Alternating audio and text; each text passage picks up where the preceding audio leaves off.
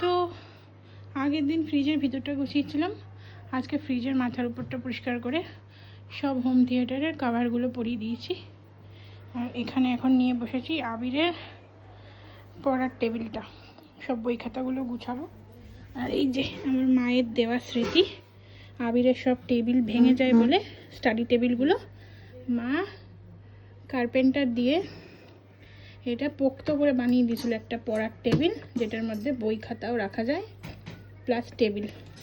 এটা এতটাই বড় করে শক্তপোক্ত করে মা বানিয়ে দিয়েছে যে এটা খাটের তলাতেই থাকে, দেখতে পাচ্ছ? এর ভিতরে আবার বই খাতাও রাখা যায়। তো এই যে আমার বইয়ের টেবিলটা গোছানো হয়ে গেছে। তো আমার লাস্ট বাকি ছিল আলমারির মাথাটা গোছানো, এগুলো সব ঝেড়ে পুছে নেওয়া হয়েছে। এই যে তোমাদের দাদা খেলে খেলে ট্রফি ভুর করেছে, অথচ এগুলো মোছার দায়িত্ব আমার।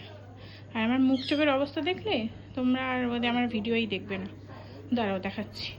দেখো ঘেমে চান হয়ে গেছে, আজকে মাথায় শ্যাম্পু করেছি, সিঁদুরও পরিনি। সন্ধেবেলা গপুকে খেতে দিয়ে আমি চুলটা জাস্ট একটু আঁচড়ে এইগুলো গোছগাছ করতে শুরু করে দিয়েছি, কারণ কালকে থেকে আবার ডেলি লাইফস্টাইল, স্কুল, ওই বাড়ি আসা যাওয়া।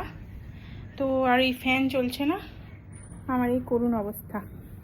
তো ফাইনালি আমার গোছানো কমপ্লিট। ট্রাঙ্কগুলোর উপরে ট্রফি সাজিয়ে রেখেছি। আমি এই জায়গাটার জন্য একটা র্যাক এনেছি। এই র্যাকটা তোমাদের দাদা লাগানোর টাইমই পাচ্ছে না, এখানটায় যদি র্যাকটা লাগিয়ে দেয় আমি ট্রফিগুলো ওইখানটাতে সাজাতে পারি।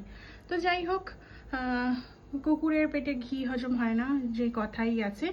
তো তোমার এত দামি দামি ট্রফি খেলে পাওয়া, কাপগুলোর আর কতই বা দাম হবে, খেলে যে জিতেছো তুমি আর ছেলে, ওইটা ট্রাঙ্কের উপরেই ভাল লাগছে। কেমন? আমার ব্লগটা দেখে যদি একটু লজ্জা বোধ হয় তাহলে অবশ্যই র্যাকটা তাড়াতাড়ি লাগানোর ব্যবস্থা করো। আর এখানটাতে আমার রাইস কুকারটা রেখেছি, আর মিক্সারটা রেখেছি। তো বন্ধুগণ, হ্যালো গাইজ, আমি এরকম বলতে পারি না।